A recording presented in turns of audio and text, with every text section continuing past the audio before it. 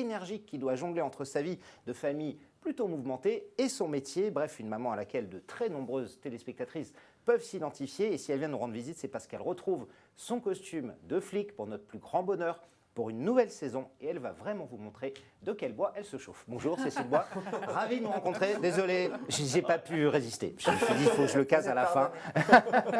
Ravi de vous revoir. En tout cas, vous venez très régulièrement ici. Et demain, ce sera à 21h, vendredi sur France 2, 7e saison déjà de Candice Renoir, une série dans laquelle vous interprétez une commandante de police pas tout à fait comme les autres, il faut bien le dire. Est-ce qu'après cette saison, la personnalité de Candice continue à vous étonner, j'allais dire, et à vous émerveiller? Est-ce que vous découvrez toujours de nouvelles choses sur elle? Non, je crois, ça y est, j'ai le fond, j'ai la base du personnage. Voilà, j'ai Okay. toute la base. Je suis allée dans plein de chemins différents qui vont de la comédie au drame, avec plein de nuances de gris au milieu. En revanche, les nuances de gris, elles sont toujours évolutives. Et je me sers de la base pour pouvoir explorer les nouvelles aventures qu'on me fait vivre. Est-ce qu'il y a de plus en plus de Cécile Bois dans Candice Renoir, ou pas, au fil des saisons? Ou est-ce que vous vous éloignez un peu de votre personnage? Comment ça se passe? On pense en général qu'un rôle comme ça qui dure des années, Ouais. on a de plus en plus de soi dedans, non? C'est une des questions les plus difficiles pour moi. Pour y répondre, à tel point que c'est la seule question que j'ai posée aux gens qui me connaissaient bien depuis très longtemps. Est-ce que vous avez l'impression que Candice, c'est Cécile Quand ils regardent la fiction, quand ils s'ils retrouvent un peu de vous, de s'ils celles qui retrouvent de connaissent. moi. Ouais. Et la preuve que c'est une question difficile, puisque les personnes qui me connaissent bien changent d'avis. Enfin, pas changent d'avis, mais ont des réponses différentes. Absolument. Ouais. Donc, je crois qu'il y a quelque chose de moi dans la fantaisie, dans l'énergie. Qui est une énergie un peu spectaculaire, mais aussi assez lente. Je suis quelqu'un de très lent. Et Candice est un personnage lent dans son débit de parole, dans sa façon de se déplacer. Il faut dire qu'elle a des talents, ça, handicap, et tout le reste. En revanche, je ne suis pas du tout la même maman. Je n'ai pas du tout le même rapport à la vie que Candice, même à mon métier que Candice. Je n'ai pas des relations aussi compliquées avec les hommes. Heureusement, parce que les relations de Candice, voilà, on les souhaite pas à grand monde. Je crois que j'aurais jamais pu être policier. J'aurais même pas pu l'entrevoir. Donc il y a des fondamentaux qui sont pas moi. Mais il y a des petites bribes, des petites fêlures, voilà, par lesquelles j'arrive à immiscer Cécile. On est en direct, je vous le rappelle, sur Figaro Live, sur tvmac.com, sur la page Facebook de TV Magazine, sur laquelle vous pouvez poser toutes vos questions à Cécile Bois. Est-ce que vous êtes ravi de retrouver Candice Renoir pour cette 7e saison? Êtes-vous un fan? Qu'est-ce que vous aimeriez voir changer dans la série? Est-ce qu'il y a des intrigues que vous aimeriez voir se développer? Dans quel autre rôle, par exemple, aimeriez-vous voir Cécile? Toutes vos questions, vos suggestions et vos commentaires, c'est tout de suite après les news médias de Damien Canivez. Bonjour Damien. Bonjour Nicolas, bonjour Ça Cécile. va, vous avez attrapé froid ce matin dans le train? Oui, un petit peu, exactement. Ouais. J'ai un chat dans la gorge depuis ce matin, j'espère qu'il va finir par sortir. On rappelle que Damien fait 2000 km pour arriver tous les matins exactement. Au bureau. Et en vélo. Vivant en province, donc c'est pas toujours facile. On démarre tout de suite évidemment avec les audiences d'hier soir, et c'est la fiction française qui l'emporte à nouveau. Exactement, France 2 dégainait la deuxième partie du téléfilm Quand sort la recluse, et même si la fiction réalisée par Joseph Dayan enregistre une base significative sur une semaine, la chaîne parvient à se hisser tout de même en tête des audiences en compagnie de 4 millions de fidèles, ce qui représente 17,5% de part d'audience et 400 000 téléspectateurs de plus que TF1 qui poursuivait la diffusion de la 15e saison de Grey's Anatomy. M6 sortait sa batterie de casseroles dans Top Chef sous les yeux de 2,6 millions de gourmands. Et enfin, on termine avec ce documentaire absolument exceptionnel qui était diffusé hier soir sur C8. Les caméras se sont invitées dans les rangs du GIGN pendant un an, chose qui n'était jamais arrivée jusque-là. 840 000 amateurs de sensations fortes se sont rassemblés devant ce numéro inédit d'enquête sous haute tension, ce qui représente 3,8% de part d'audience. Alors on voit que les polars, et notamment les polars français, marchent bien. Et surtout les héroïnes, ce qui est assez étonnant. La série française la plus regardée depuis 2 ans, ça s'appelle Capitaine Marlowe. C'est sur France 3 avec Corinne Massiero. Je pense également à Cassandre qui est sur France 3 dans le même groupe que vous. Cécile, comment vous expliquez ce regain incroyable et surtout cette féminisation, quoi. On a l'impression que c'est une vraie volonté de France Télé d'avoir féminisé ces héroïnes un peu. On a traversé plus d'une décennie, je crois, avec des héros. en pensant que le héros était attribué à l'homme. Des héroïnes faire valoir plutôt, qui n'étaient pas forcément absolument. les Et puis premiers rôles. après, il y a eu Julie Lescaut qui reste une exception et Corinne Touzé aussi qui. Absolument. En femme flic. Et Mimi Mati, pas dans un polar, mais dans un autre qui résistait bien à la pression masculine. Les services publics étaient en retard un peu sur TF1, bizarrement. Ouais. Mais en même temps, je me dis, c'est une analyse de comptoir, mais je me dis que on a un comptoir ici. C'est pour ça, on va en profiter. Il y a beaucoup de téléspectatrices qui décident des chaînes qu'elles vont voir, à part quand ce sont des soirées foot, évidemment. Et des héroïnes, elles peuvent plus facilement s'identifier. Donc je pense que le succès qui est fait aujourd'hui, ça va aussi avec une société qui évolue, où les femmes décident un peu plus ce qu'elles veulent voir à la télé le soir. Et c'est des bouts d'elles qu'elles ont envie de découvrir, qui vont les rassurer ou bien les sortir de leur quotidien. Et c'est peut-être ça. Enfin bon, je dis ça, je dis rien. Non, mais c'est une bonne analyse, mais on va évidemment en reparler, des séries françaises qui cartonnent un peu partout aujourd'hui sur toutes les chaînes. On continue, Damien, avec d'autres audiences, cette fois-ci celle de la radio. C'est plus rare, c'est tous les 3 mois. Oui, c'est ça. Est-ce qu'il y a des grands bouleversements? Alors effectivement, Médiamétrie a publié ce matin à 8h les résultats d'audience radio, donc pour la période de janvier à mars 2019. Et ce classement révèle la fin d'un règne, celui de RTL, qui n'est plus première radio de France. La station du groupe M6 s'incline face à France Inter, qui lui dérobe la médaille d'or grâce à ses 6,3 millions d'auditeurs quotidiens. Alors pour la radio de service public, on sort le champagne quand même, c'est 200 000 paires d'oreilles de plus que l'année dernière à la même époque. Énergie, quant à elle, atteint toutefois la 3e place, mais ne parvient pas à redresser la courbe et poursuit sa baisse, avec 200 000 auditeurs de moins que l'an dernier. Alors c'est sans doute lié aussi à cette forte actualité des Gilets jaunes. On imagine que les auditeurs se sont plus reportés vers les radios musicales ont un généralistes. peu plus souffert. Effectivement. Alors ensuite, on a le cauchemar d'Europe 1 qui n'en finit plus malheureusement pour cette station, qui signe encore sa pire audience historique en compagnie de 3,1 millions de personnes chaque jour. Et d'ailleurs, selon les informations du Parisien, la rédaction d'Europe 1 doit voter ce matin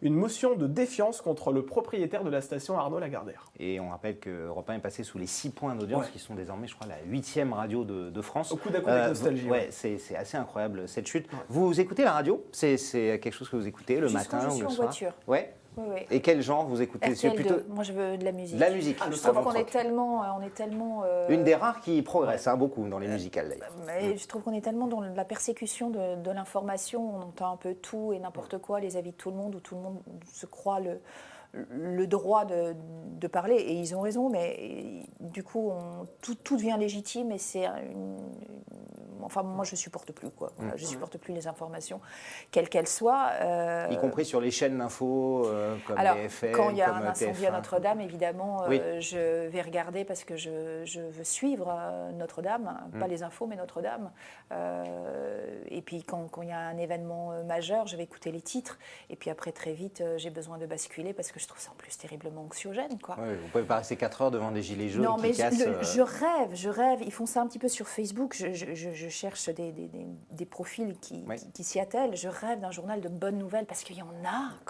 Dans le monde entier, il y a des choses qui évoluent. On a l'impression que tout se casse la gueule, que tout devient catastrophique, mais c'est pas vrai.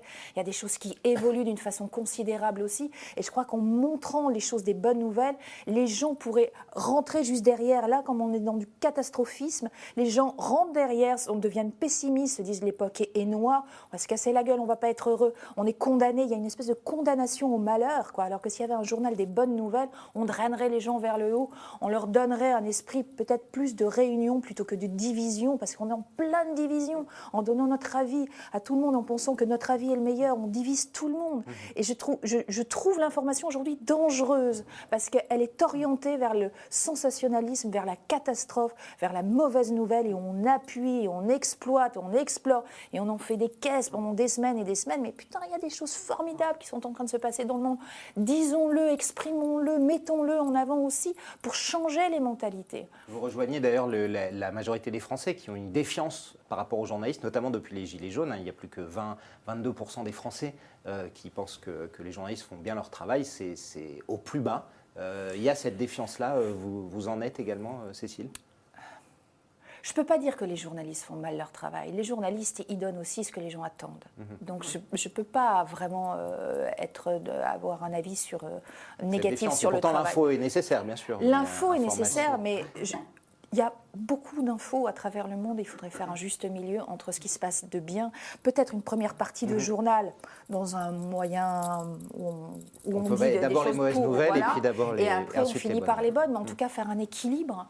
Et pourquoi pas avoir aussi des journaux dans un créneau horaire un bon créneau horaire qui montrent des bonnes nouvelles pour inspirer les gens. Parce que les gens sont plus inspirés, ils sont à sec, quoi. Ils sont en colère, mais c'est normal. On leur donne la béquille de la colère, on leur donne tous les prétextes pour l'être. Je suis en colère moi-même. Vous avez raison. Cécile est tout à fait remontée, ça promet beaucoup pour notre interview. On va terminer, Damien, ces news médias avec Notre-Dame, vous en parliez, Cécile, et TF1 qui va apporter sa pierre à l'édifice. Si exactement, tout à fait. Alors après l'incendie qui a ravagé Notre-Dame de Paris lundi, eh bien, les chaînes de télévision se mobilisent, à l'image de France 2, qui proposera ce samedi un grand concert présenté en direct par Stéphane Bern. Et ce soir, c'est au tour... Exactement, voilà, dont les dons seront reversés évidemment à la Fondation pour le patrimoine.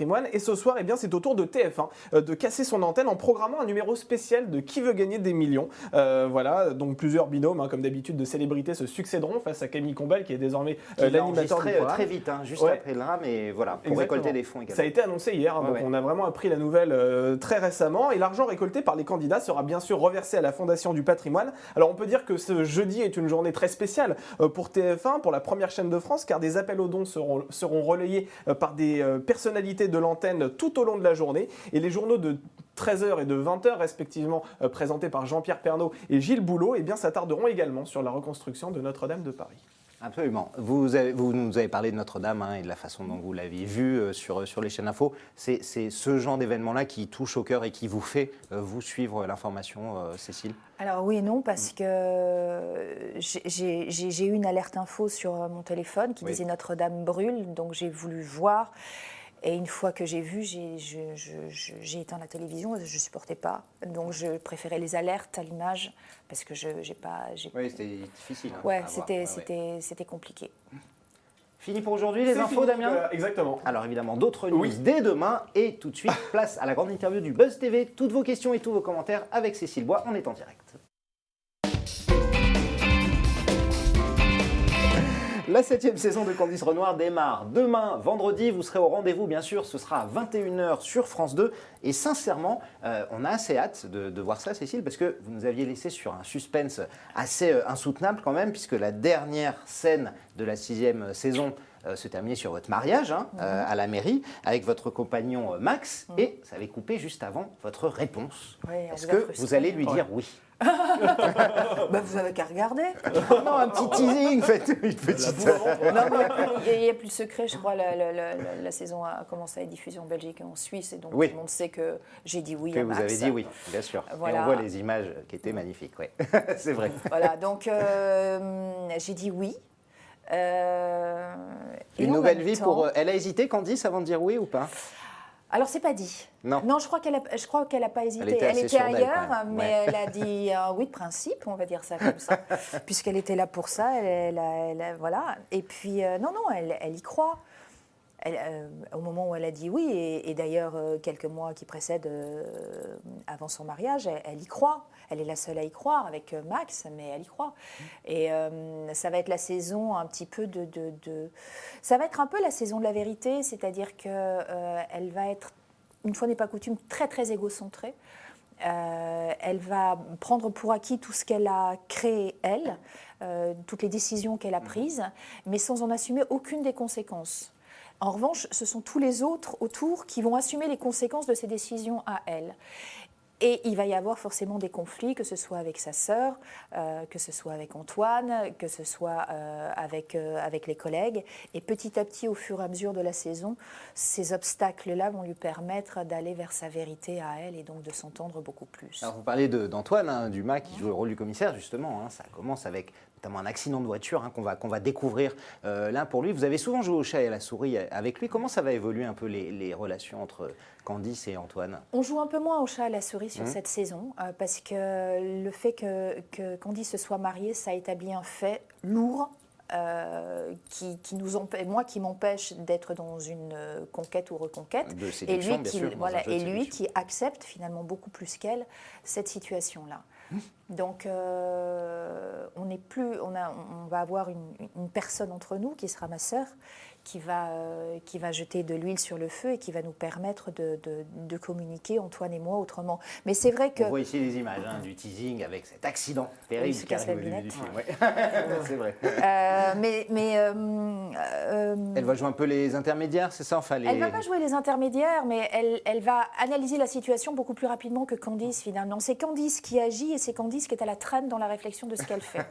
Donc ce sont les autres qui vont la rattraper. Je veux dire, Antoine, pour elle, c'est comme si rien n'avait changé. Elle va le chercher, elle va le titiller, elle va lui dire, mais où t'étais d'abord? Pourquoi t'étais pas à mon mariage, etc., etc. Mais lui, il prend plein fouet la situation, il s'adapte. Elle, finalement, s'adapte pas trop. D'ailleurs, elle a une famille recomposée, elle s'adapte pas du tout à la famille recomposée. Dès qu'elle peut se casser de la maison, elle s'en va, ça fait trop de bruit. Quoi. Ça, voilà. C'est vrai. Donc elle n'est pas à sa place.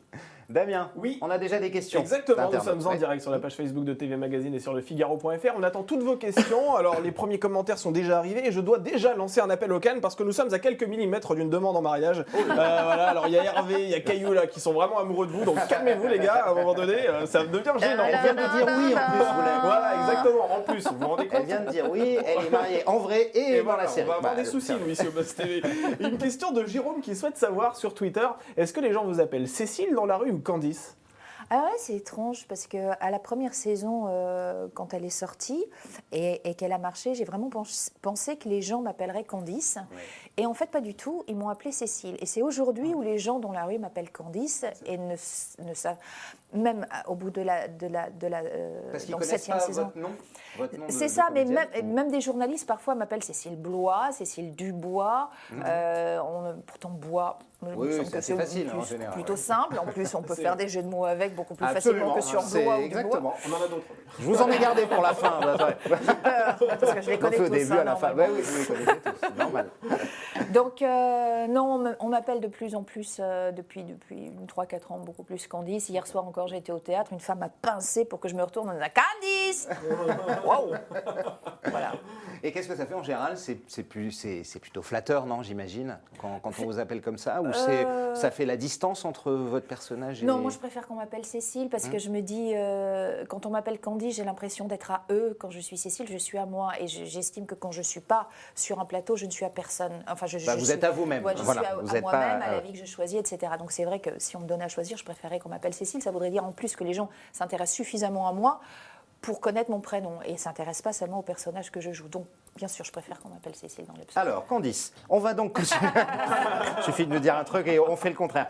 Cette saison, on voit le thème de la famille dans la saison 7 est omniprésent à travers les enfants, le mariage, cette famille recomposée, comme vous l'avez dit. On va faire connaissance également avec votre sœur, dont vous avez parlé, avec qui vous avez des rapports pas toujours simples, on va dire. Est-ce que c'est le sujet universel? On sait que les scénaristes de Candice Renoir utilisent souvent des thèmes de société. Là, on revient vraiment à un basique autour de la famille, de comment ça se passe, des difficultés, des relations pour un peu centrer la nouvelle saison de Candice autour de ça, de la famille. Ça s'y prêtait avec le mariage. On avait dit déjà qu'il avait d'autres enfants, donc on n'avait pas traité encore la famille recomposée. C'est un fait de société qu'aime bien défendre France 2, France 3, qui est une chaîne publique. Donc, comment on est là pour exploiter des événements sociétaux, je crois que c'est comme ça qu'on dit. Oui. Là, c'était la famille recomposée. On avait fait un peu les liens du sang en saison 4, quand on avait vu ma mère. Là, on est beaucoup plus sur la famille, donc effectivement, à travers l'arrivée de ma sœur, à travers ses 2 enfants qui ne sont pas les miens et avec lesquels je vais devoir faire, ou pas.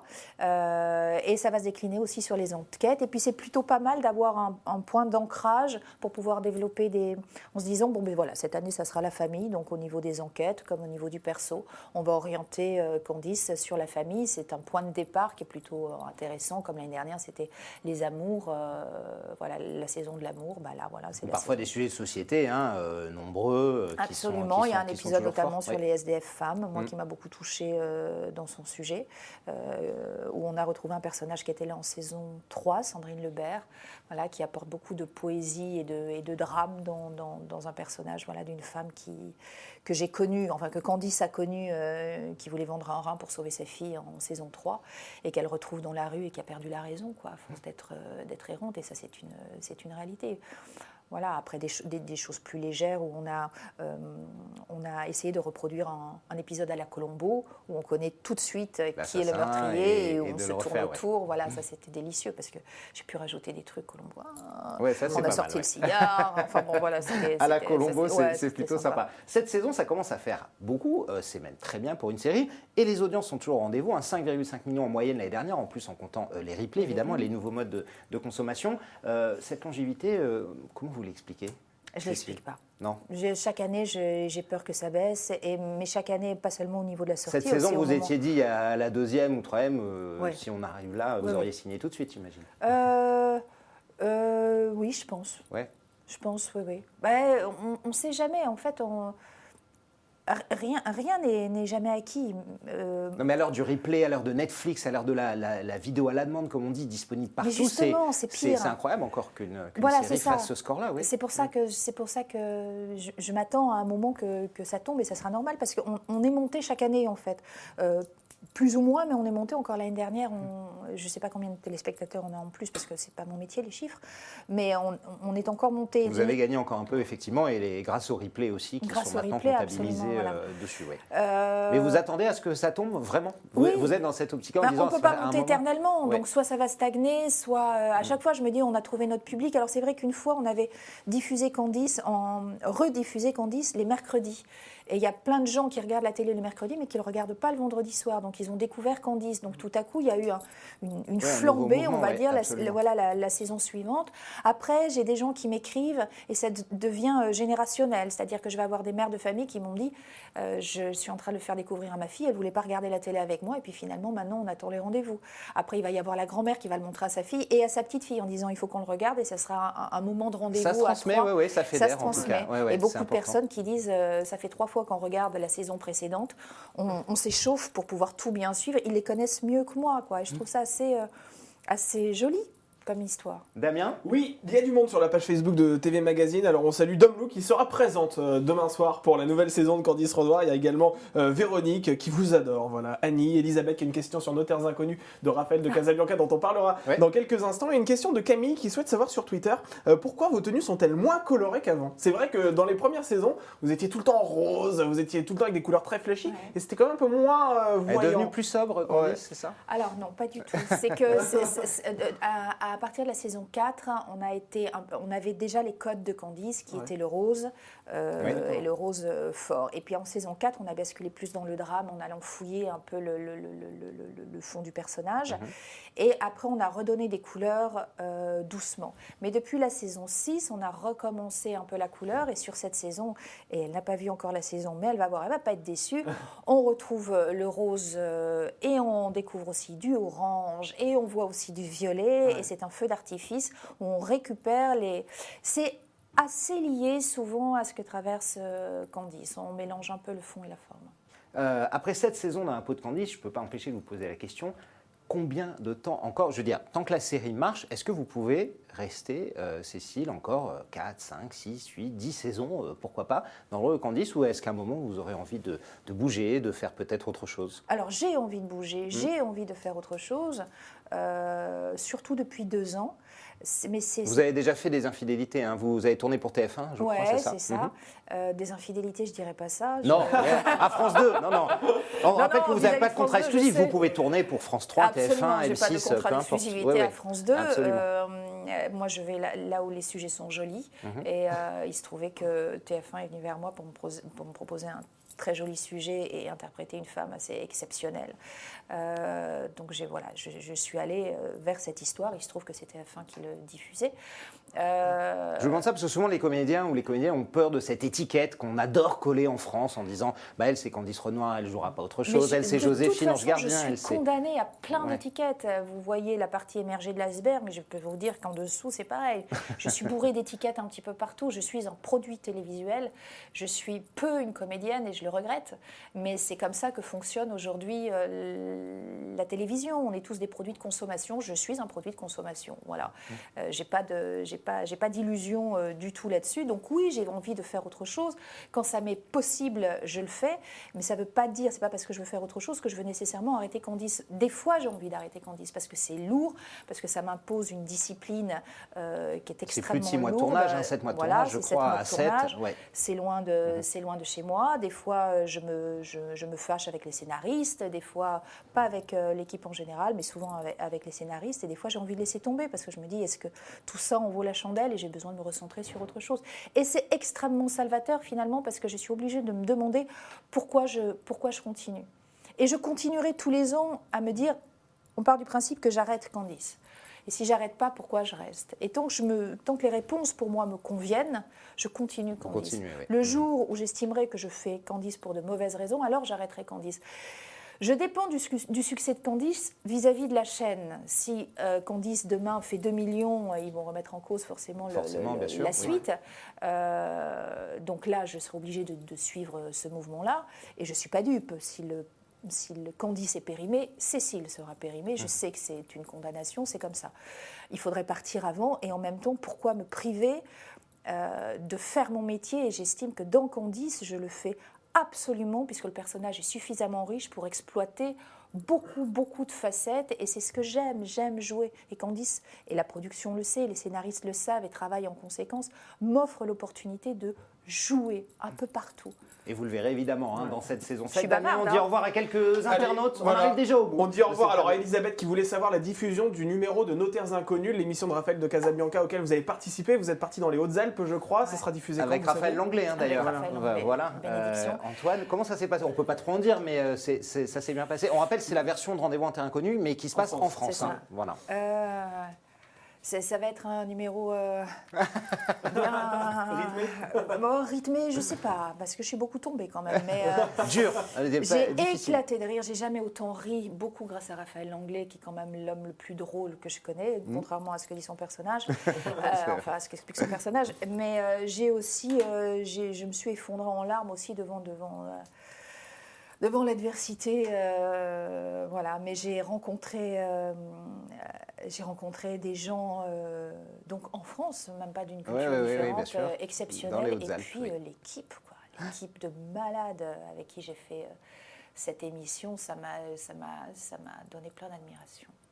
On n'en dit pas plus. Évidemment, ce sera bientôt diffusé sur France 2. On vous tiendra bien entendu au courant. Merci beaucoup Cécile Bois d'être passée nous voir. Je rappelle que la 7e saison de Candice Renoir, c'est demain à partir de 21h sur France 2. Ne loupez pas évidemment cette excellente série qu'on adore ici. Et nous, Damien, on sera de retour demain. Enfin, pas vous, vous êtes en RTT, pour la 450e fois du mois. Donc, je serai avec Sarah Lecoeuvre, évidemment, et on recevra un animateur de Canal+, qui a un talk show un petit peu à l'américaine. Il viendra également nous présenter un livre qu'il vient de sortir sur les fake news. Il s'agit de Kevin Razi, que nous recevrons donc demain matin, qui a énormément d'humour. Donc j'espère que vous serez nombreux pour lui poser des questions. Et qui conclura en beauté cette semaine, en tout cas. Excellente journée à toutes et à tous. Rendez-vous dès demain pour le Buzz TV.